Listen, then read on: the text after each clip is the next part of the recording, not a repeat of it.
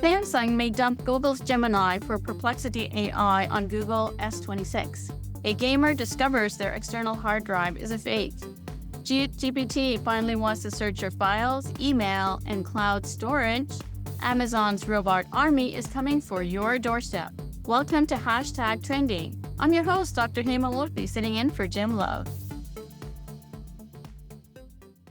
Samsung is reportedly close to a deal that could replace Google's Gemini with Perplexity AI as the default assistant on next year's Galaxy S26 series, a move that would mark a significant shift in the smartphone AI landscape.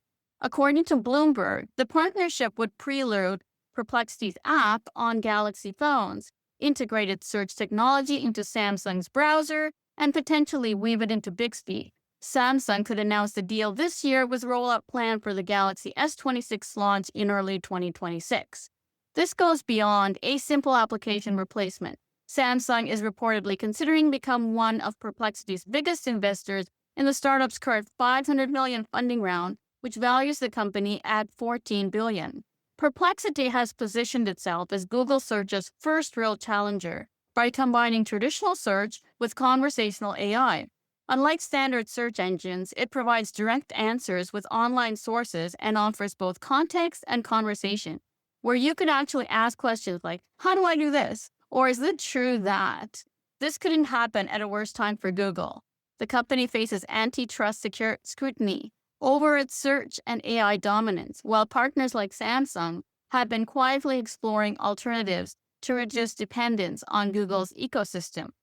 And if Samsung, the world's largest Android phone maker, moves away from Gemini as the default, it could inspire other manufacturers to follow in turn.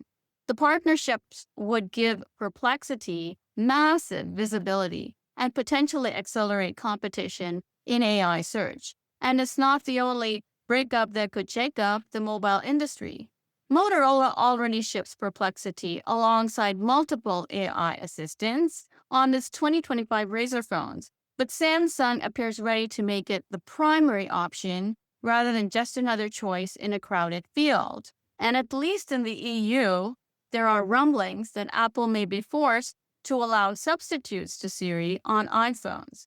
The pressure to make other apps available may push Apple to new partnerships. OpenAI has already developed an app for the iPhone, but it lacks some of the integration of Siri. For users, it could mean better AI assistants that aren't locked into Google's and possibly even Apple's ecosystem. But in the short run for Google, it represents a serious challenge to its mobile AI dominance. The era of choice in AI mobile assistants may be coming faster than anyone expected. A gamer's broken external hard drive revealed a sophisticated scam involving fake storage devices sold across major online platforms, highlighting growing concerns about counterfeit tech products deceiving consumers worldwide. The victim, who believed he had purchased a legitimate 1 terabyte external hard drive 3 years ago, made the shocking discovery when the device failed and he decided to disassemble it. Instead of finding magnetic platters and read arms characteristic of real hard drives, he found a low-grade flash memory chip glued in place with hot glue and loosely connected to the USB port, with a metal weight added to mimic genuine drive mass. The incident represents a widespread fraud affecting multiple online marketplaces. Several Reddit users have shared similar experiences, particularly when purchasing through platforms like Amazon, where scammers order genuine drives, replace internal components with dummy hardware, and return products for refunds. Data recovery experts confirm the prevalence of these scams. DriveSaver's data recovery notes that fake flash drives often claim to offer terabytes of storage for prices as low as $9.99, when genuinely high-capacity drives generally cost over $80. The company's laboratory analysis of fraudulent 2 terabyte drive found generic NAND flash chips with no capacity markings and exaggerated resistance claims. Some of these scams employ advanced technical deception. Counterfeit devices modify log files that make flash drives report larger memory capacity than actual, with old data deleted when storage exceeds true capacity. Most devices include small 8 gigabytes to 32 gigabytes flash chips with modifications to writable space, appearing as larger volumes to operating systems while failing to store data beyond actual capacity. Security researchers emphasize that visual inspection cannot identify these counterfeits. Users need to use benchmark tools such as Crystal Disk Info or Blackmagic Disk Speed Test to verify actual drive performance, which reveal much lower storage capacity than advertised and significantly reduced read-write speeds. The incident serves as a reminder that sophisticated counterfeiting extends beyond obvious fakes to technically complex products requiring specialized tools for verification. Last year, an online supplier in the US was caught after remarketing fake high-end Cisco equipment. Many more of the fakes produced go undetected. It turns out that we can't resist a bargain, and online services may not always be reputable. Even using larger online marketplaces might not provide the security we think, particularly when they simply remarket a seller's products, as even Amazon and others do frequently.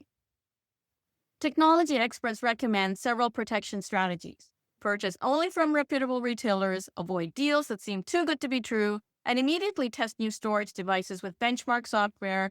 Users should never buy used data storage devices due to limited flash media lifespan and reduced read-write cycles. For millions of ChatGPT users, the dream scenario has always been simple. An AI assistant that doesn't just browse the web or analyze uploaded documents, but one that can actually dig through your email, search your hard drive, and pull insights from your scattered cloud files. Yesterday, OpenAI made that dream a reality. Until now, ChatGPT users faced a frustrating limitation. Need to reference that important contract buried in Google Drive? Upload it manually. Want to find details from last month's email thread? Copy and paste. Looking for data across multiple cloud sources? Well, good luck with that. This fragmented experience left many power users feeling like they were only accessing a fraction of ChatGPT's potential. OpenAI's latest update proposes to change that. Their newest offering will reportedly allow ChatGPT to directly connect to Google Drive, Dropbox, Box, SharePoint, OneDrive, and more. This could transform ChatGPT from a standalone AI advisor into a true digital assistant that knows your workspace and possibly more than you want it to. Users can now ask questions like, what did the marketing team decide about the Q3 campaign? And ChatGPT will search across emails, documents, and presentations to provide comprehensive answers with citations. The timing isn't coincidental. Google has been promoting Gemini's deep integration with Gmail, Google Drive, and the entire workspace ecosystem as a major competitive advantage. Google's pitch: why use an external AI when Gemini can seamlessly access everything in your Google account? OpenAI's response is characteristically bold. Rather than compete on integration with one ecosystem, they're building bridges to all major platforms. The new connectors work across competing services, meaning users aren't locked in to Google's walled garden to get AI-powered file search. The update simplifies some integration. For meeting recording, instead of requiring bots to join your calls like Zoom or Notion's solutions, ChatGPT simply listens through your device microphone and creates structured notes with timestamps and action items. Users can later query these meeting transcripts along their other documents, creating a unified knowledge base. But behind the scenes, OpenAI is proposing a much wider and hugely powerful integration. This uses MCP, an open standard originally created by rival Anthropic. In a rare display of industry cooperation, major AI companies, including Microsoft and Google, have adopted MCP, with over 5,000 active servers now providing AI access to various tools and data sources. These features target OpenAI's fastest growing segment, business users. Enterprise subscriptions have jumped to 3 million customers, up 50% since February. For the millions who've been manually feeding information to ChatGPT, this update represents a fundamental shift. The AI can now proactively surface information from across your digital workspace, potentially transforming how we interact with our own data. The question now isn't whether AI assistants will access our files, it's which one will do it best. OpenAI just made their bid for that crown, and others will certainly follow. Finally, in science, the future is arriving faster than we expected. Amazon is building what they're calling a humanoid park in San Francisco. No, it's not a theme park. It's an indoor obstacle course about the size of a coffee shop, where Amazon is training humanoid robots to deliver your packages. Picture this. You're waiting for your Amazon delivery when suddenly, instead of a human walking up your driveway, a humanoid robot hops out of the back of a Rivian van, grabs your package, navigates around your garden gnomes, dodges your dog, and rings your doorbell. Amazon plans to test multiple humanoid models this summer, including a 16,000 unit from China-based Unitree. And they're already talking about taking those robots on field trips to deliver real packages on actual streets. The goal is for robots to spring out of Amazon's electric Rivian vans and deliver packages while the human driver handles another address, basically turning delivery into a tag team operation. But even Amazon's robotics expert warns that while this works great in their controlled humanoid park, the real world presents challenges like pets and small children that makes things significantly more complicated. The future of package delivery is looking very sci-fi, and apparently it's being rehearsed in a San Francisco coffee shop-sized robot playground. I can't wait till it hits city streets in the slush and ice of winter to see how they fare.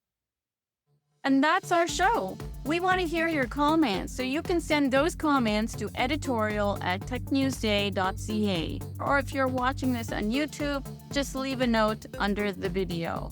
I'm Dr. Hema Murthy, sitting in for Jim, who will be back on Monday. Have a fantastic Friday.